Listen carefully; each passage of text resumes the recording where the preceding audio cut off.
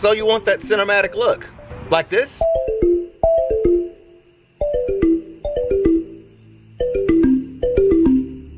Well, you know, the real trick is just to be cinematic. You know, minus all the running. Let's dive deeper.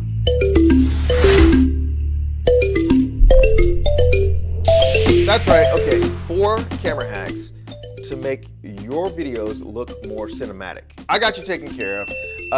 The one thing that people forget a lot of times is their shutter speed. Tip number 1, shutter speed. Get your shutter speed together. Now, it's the rule of 180, which goes back to motion picture cameras.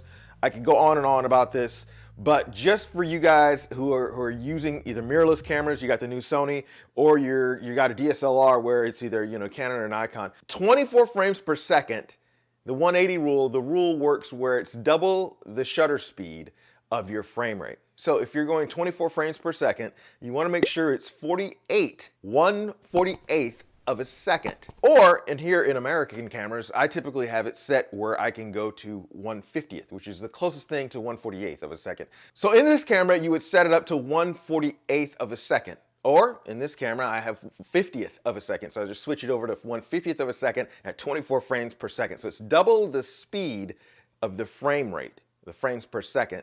So I'm setting the shutter speed at 1/50th of a second. So it keeps that simple motion blur, which you can see here, the difference between a higher shutter speed, slower shutter speed, to give it that more natural frame rate motion blur look. Now, obviously, if you're shooting at a faster frame rate, you still want to make it kind of look filmic. Okay, cool. You want to double that frame rate. For example, if I'm shooting at 60 frames per second, I want to shoot at 1/120th of a second, 120th of a second.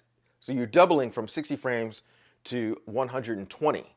So you're essentially doubling that so that when you go back and slow down, it still has that same nice motion blur. Again, that's the rule of 180. Now that you know the rule, feel free to adjust it to your look, meaning you can break this rule in certain circumstances to make things look more blurrier, dreamlike effect, or a fight scene where things look chaotic and static and staccato by changing your shutter speed in your cameras. Camera hack number 2 is the rule of thirds when it comes to composition. Composition is how you frame your shot. Now, the basic rule is the rule of thirds. Your camera frame is divided into thirds. A third here, a third here in the middle, and then the third over here. When you're framing your shot, you want to make sure that you're hanging out and doing things according to the rule of thirds. For example, cool, clever shots, you want to hang around in 1/3, where, you know, you get that look where it's like, oh, what's this big space over here? Okay, and then you don't want to put too much headroom, so you're only covering up the lower 2/3. Again, wherever this, you know, composition takes place, the rule is that you put at interest wherever the thirds are connecting. Now, if you're doing a center shot like I am right here, you just line it up right down the middle, kind of like how I have it here. I'm sitting right in the middle of the frame. But you don't have to do that. Once you know this rule of thirds, you begin to use it, and then you notice other people kind of break that rule. But that's the fundamental rule, is your composition.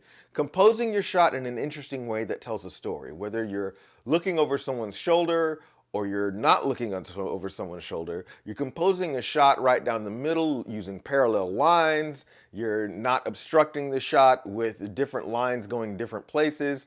Even colors works into composition. The third camera hack I'm going to give you to get a more cinematic look into your videos is lighting. Now, a lot of people, they're always, okay, what camera am I going to use? What camera am I going to use? Which camera has the best megapixels and can shoot 12K and has the best, you know, camera? All of that really doesn't matter. What's the most important thing is to get the lighting right.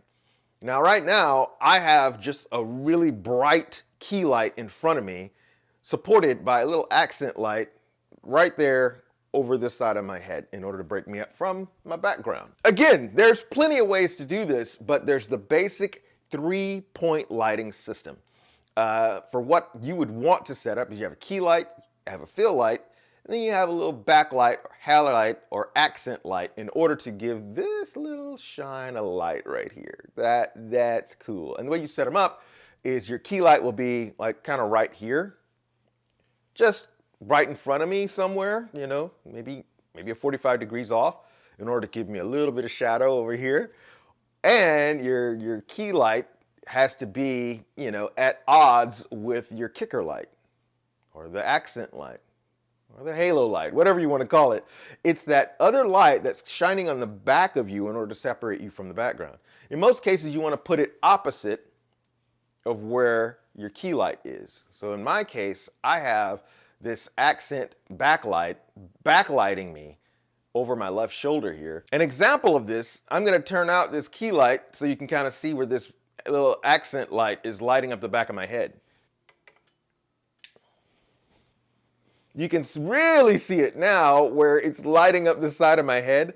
I'm using my hand to throw a shadow on my face so you can kind of see where it does. But you know, as I turn here, that is that light right there on the side of me, and the key light is right there. You can notice when it's there and when it's not. It looked really, really dark, but that accents the side of my face. You can also get it up higher and light up some up here too as well. But I think I'm okay. Let me turn the light back. I can't see anything. I can't see. Okay, there we go. That's much better. But now you really notice that light kicking in right there. 3-point lighting also would have a fill light too, where it reflects bounce some of that light back at you, or you just use a smaller light that would light over here on this side, but I wanted to be dramatic. Again, there's also things like just practical lights. Like I have this little lamp over here that's actually, you know, acting as just a light to say, ooh, fun light is in the room. Is that the word? Okay, yeah. But you can also use that light too as just kind of accent, and then there's plenty of other different lights you can use. Again, 3-point lighting, that's kind of the basic rule of thumb, but always feel free to break that rule. And the fourth camera hack for a little cinematic look, this one, use it sparingly and it'll give you this beautiful look of cinema. It's the slow-mo, slow motion.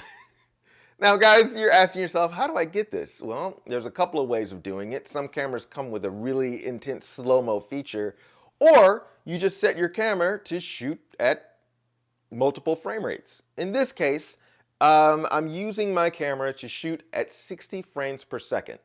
Then I can go back in the computer in post-production and set that to run at 24 frames per second, essentially taking that 60 frames and slowing it down to 24 frames per second. So it slows everything down and stretches it all out as it tries to play those extra frames in a 24 frame sequence, thus giving you this cool slow-mo effect.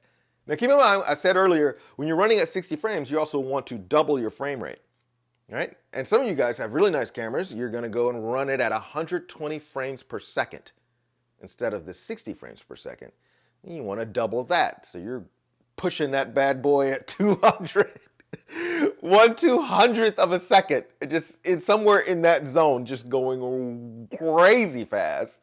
And when it slows everything down, it makes it even more buttery smooth. The frame rate, obviously, is at 120, and then you set your shutter speed to 240th of a second. Now, there are really cool ways of doing this by, you know, doing certain movements in slow-mo, raising your camera, putting on a monopod and lifting it up over your head.